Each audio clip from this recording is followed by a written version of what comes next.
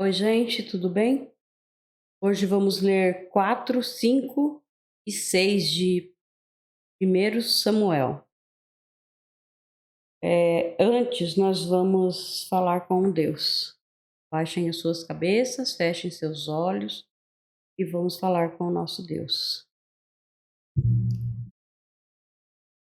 Senhor, meu Deus e meu Pai, e em nome de nosso Senhor Jesus Cristo, estamos aqui, Senhor, na Tua presença, para te pedir, Senhor, perdão por todos os nossos pecados e te agradecer por mais este dia, por poder estar aqui e ler mais um capítulo do teu sagrado livro.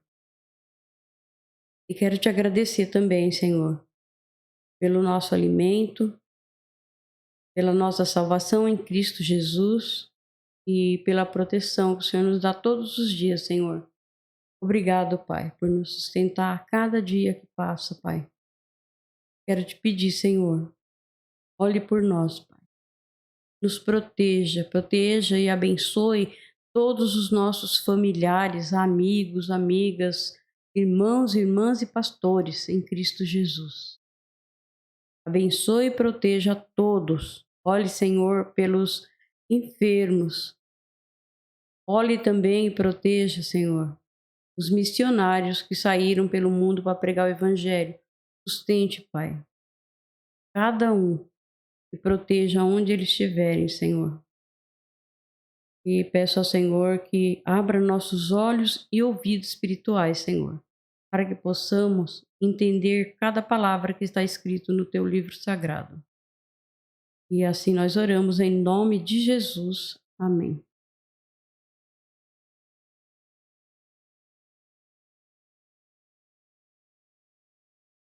Então lá, 4. Vamos lá. 4 de 1 Samuel. Naqueles dias, o povo de Israel foi lutar contra os filisteus. Os israelitas acamparam em Ebenezer e os filisteus em África.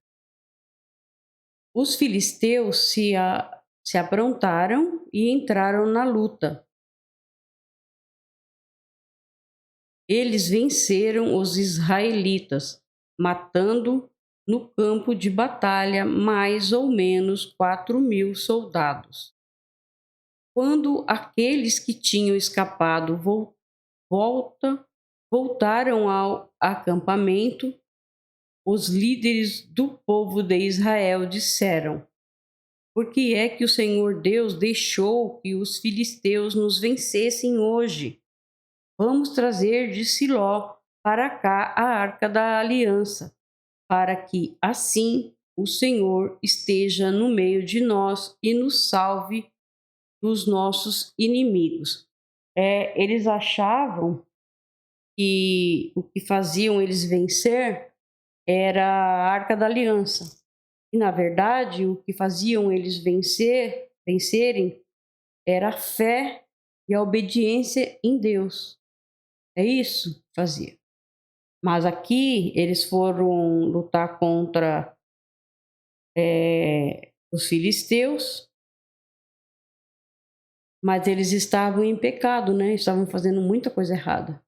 Inclusive, Eli e os seus filhos, né? Eli porque deixou e os filhos faziam o que queriam. E o povo também estava descambando, né? E aí eles achando que levando a arca da aliança, mesmo fazendo tudo que estava fazendo de errado, que eles iam vencer a guerra.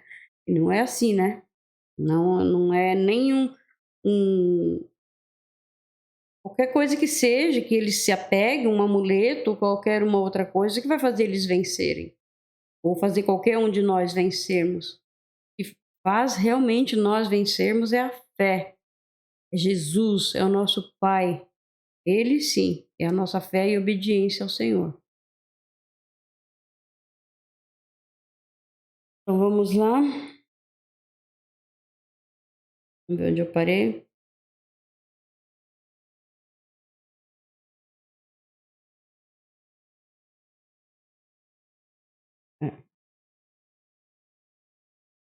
Por que que o Senhor Deus deixou que os filisteus nos vencessem hoje? Vamos trazer de Siló para cá a arca da aliança, para que assim o Senhor esteja no meio de nós e nos salve dos nossos inimigos. Deus tem que estar no nosso meio o tempo todo, independente de qualquer outra coisa, não a arca. O que adiantava eles ter a arca lá, mas eles não tinham respeito pela arca do Senhor e nem pelo Senhor, né? Não adiantava nada, a arca está lá, mas Deus não estava, porque o que eles estavam fazendo de errado e desobediente, né? Então mandaram mensageiros a Siló para trazer a arca da aliança do Senhor Todo-Poderoso, que se assenta no seu trono entre os querubins. E Hófines e Finéias, os dois filhos de Eli, vieram junto com a arca. Quando a arca chegou, os israelitas gritaram tão alto que a terra tremeu.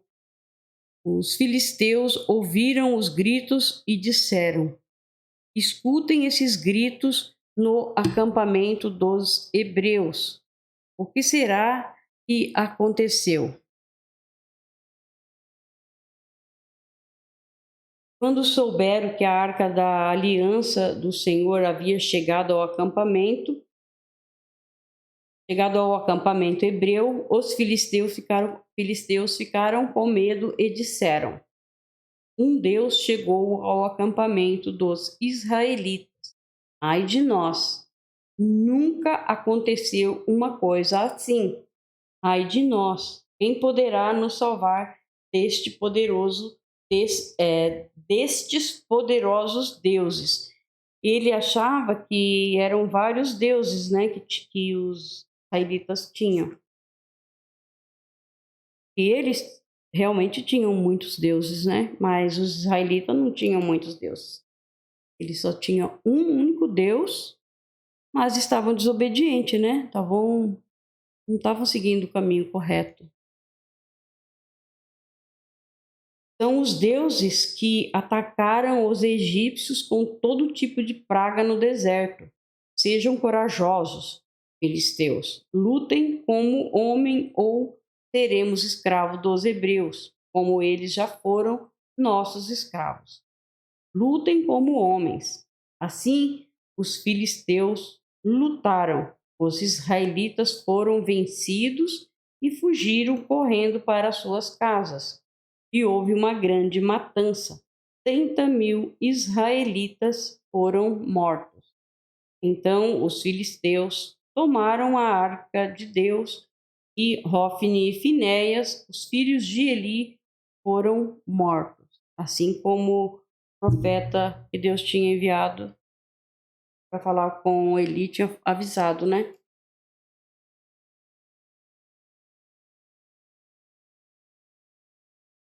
Um homem da tribo de Benjamim correu desde o campo de batalha até Siló. Chegou lá no mesmo dia para mostrar a sua tristeza. Ele havia rasgado as suas roupas e posto terra na cabeça. Eli estava sentado numa cadeira perto da entrada, esperando. Ele estava muito preocupado com a arca da aliança. Quando o homem deu a notícia, toda a gente da cidade ficou apavorada e começou a chorar alto.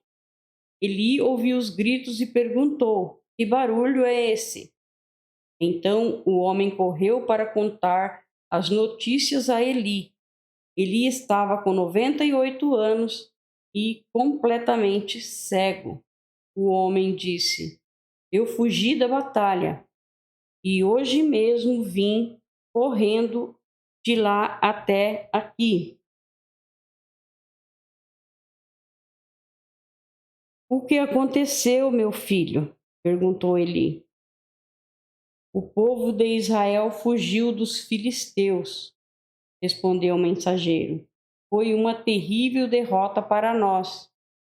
Além de tudo, os seus filhos Hófni e Finéias foram mortos, e os filisteus tomaram a arca da aliança.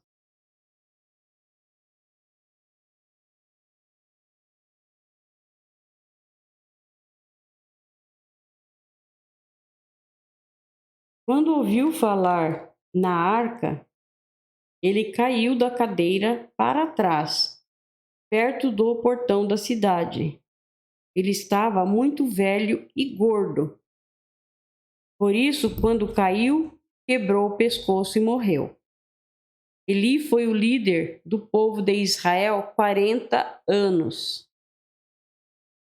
A nora de Eli, a mulher de Finéias, estava grávida e já quase na época de ter criança, quando ela soube que a arca de Deus havia sido tomada e que o seu sogro, seu marido, tinham morrido, começou a ter as dores de parto e deu à luz. Ela estava morrendo, mas as mulheres que a ajudavam disseram: "Tenha coragem, você ganhou um filho."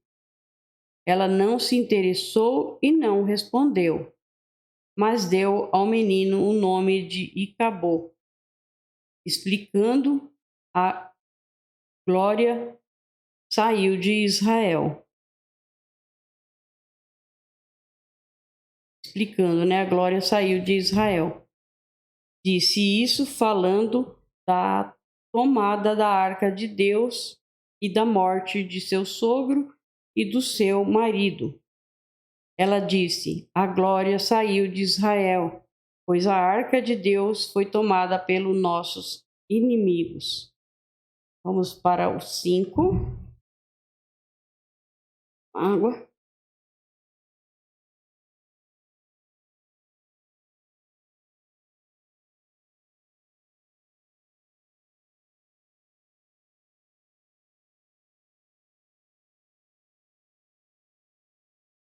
Depois de tomarem a arca de Deus, os filisteus a levaram de Ebenezer para a cidade de Asdod.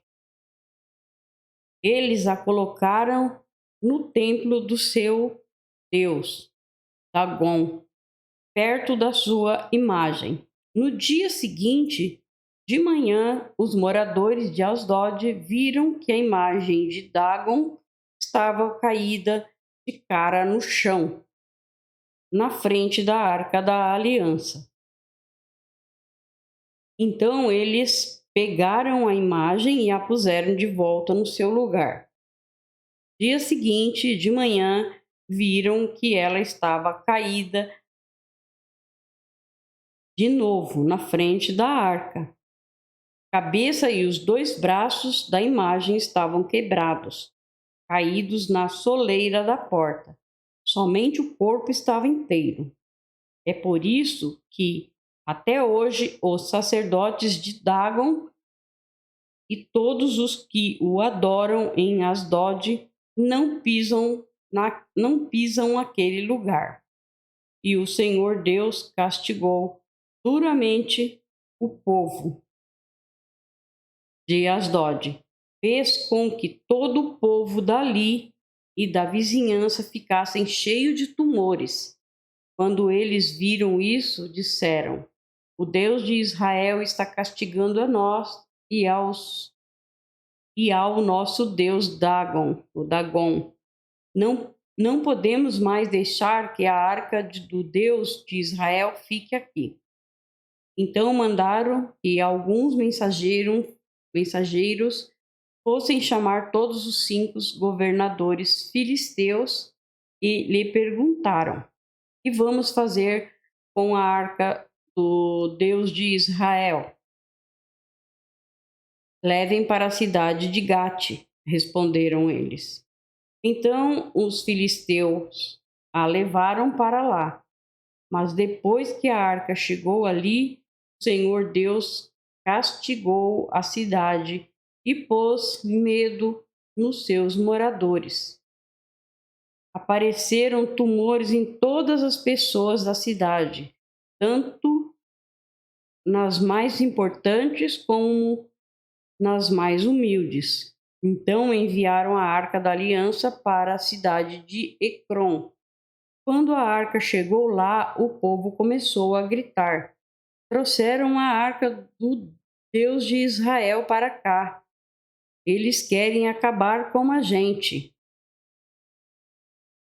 Então mandaram que alguns mensageiros dissessem a todos os governadores filisteus: mandem a arca do Deus de Israel de volta ao seu lugar, para que ela não mate a nós e a nossos familiares. Houve morte e destruição em toda a cidade por causa do castigo severo de Deus. Os que não morreram ficaram cheios de tumores, e os gritos dos moradores da cidade subiram até o céu. Vamos para os 6 de 1 Samuel. Vamos lá.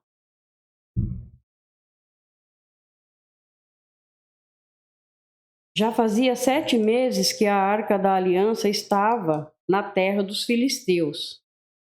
Aí eles chamaram os seus sacerdotes e os seus mágicos e perguntaram: que faremos com a arca do Senhor? Se a mandarmos de volta, o que devemos enviar junto com ela? Eles responderam: se vocês mandarem de volta a arca do Deus de Israel, não a envie sem uma oferta. Mandem junto uma oferta para pagar pelo pecado de vocês. Assim vocês estão curados e saberão por que motivo ele continuou a castigá-los. Que oferta devemos mandar? Perguntaram os filisteus. Os sacerdotes e os mágicos responderam: mandem 5 tumores feitos de ouro e 5 ratos também de ouro, de acordo com o número dos governadores filisteus. Pois os 5 governadores foram atingidos pela mesma praga que caiu sobre vocês. Façam imitações dos tumores e dos ratos que estão destruindo a nossa terra e deem como presente em homenagem ao Deus de Israel. Assim, ele talvez pare de castigar vocês e seus deuses e a sua terra. Por que razão vocês seriam tão teimosos quanto o rei do Egito e os egípcios? Não esqueçam que Deus zombou deles até que eles deixassem os israelitas saírem do Egito. Façam o seguinte: arranjem 2 vacas que ainda não puxaram carroça e amarrem as 2 a uma carroça nova. Depois toquem os bezerros delas para o curral. Então peguem a arca do Senhor Deus e a coloquem na carroça. Ponham também numa caixa ao lado da arca as imitações de ouro que vocês vão mandar ao Deus de Israel como oferta para pagamentos pelos seus pecados. Aí toquem as vacas para frente e deixem que elas vão para onde quiserem. E prestem atenção se a carroça for na direção da cidade de Bet-Semes. Isso quer dizer que foi o Deus dos israelitas que nos mandou este grande mal. Mas se isso não acontecer, então quer dizer que não foi ele quem mandou esta praga, e sim que ela veio por acaso. E os filisteus fizeram o que os seus sacerdotes e mágicos haviam dito.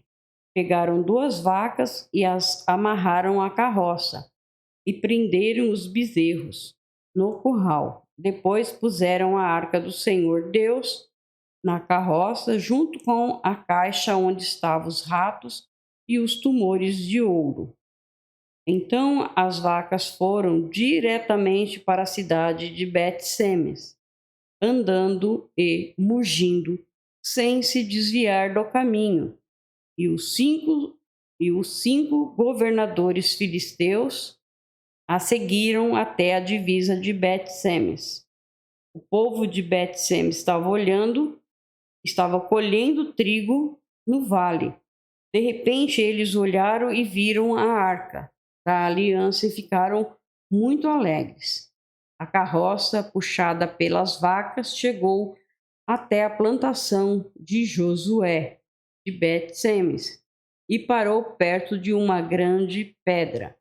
Então, os moradores dali cortaram em pedaços a carroça de madeira, mataram as vacas e as queimaram em sacrifício a Deus, o Senhor. Os levitas pegaram a arca do Senhor e a caixa com as imitações de ouro e puseram em cima da grande pedra.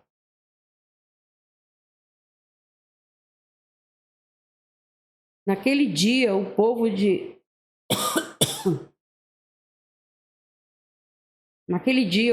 Bet-Semes apresentou ao Senhor ofertas que foram completamente queimadas e também sacrifícios de animais. Os 5 governadores filisteus viram isso e no mesmo dia voltaram para Ecrom. Os filisteus mandaram a Deus, o Senhor, os 5 tumores de ouro como oferta em pagamento pelos seus pecados. Um por cidade: Asdod, Gaza, Asquelon, Gate e Ecrom. Mandaram também 5 ratos de ouro, de acordo com o número das cidades governadas pelos 5 governadores filisteus. Isto é, as 5 cidades protegidas por muralhas e os povoados que ficavam ao seu redor. Na plantação de Josué, que era natural de Bet-Semes, a arca de Deus foi colocada em cima de uma grande pedra, e essa pedra ainda está ali como prova do que aconteceu.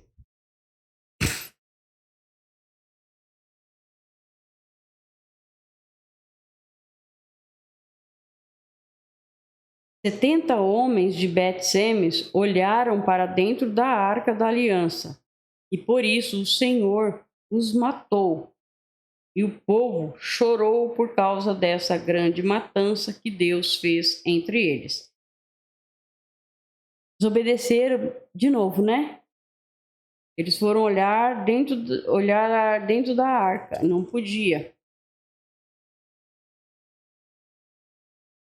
Então os moradores de Bet-Semes disseram: quem pode ficar diante do Senhor, esse Deus tão santo?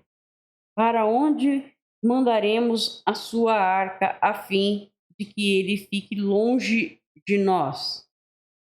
Aí enviaram mensageiros para dizerem ao povo da cidade de Jearim: os filisteus devolveram a arca da aliança do Senhor. Desçam até aqui e levem a arca. Não quiseram nem ficar com a arca, com medo, né? Era tão mais fácil obedecer que nada acontece, né? Então terminamos também o capítulo 6. Deus abençoe a todos vocês. Fique com o Senhor Jesus.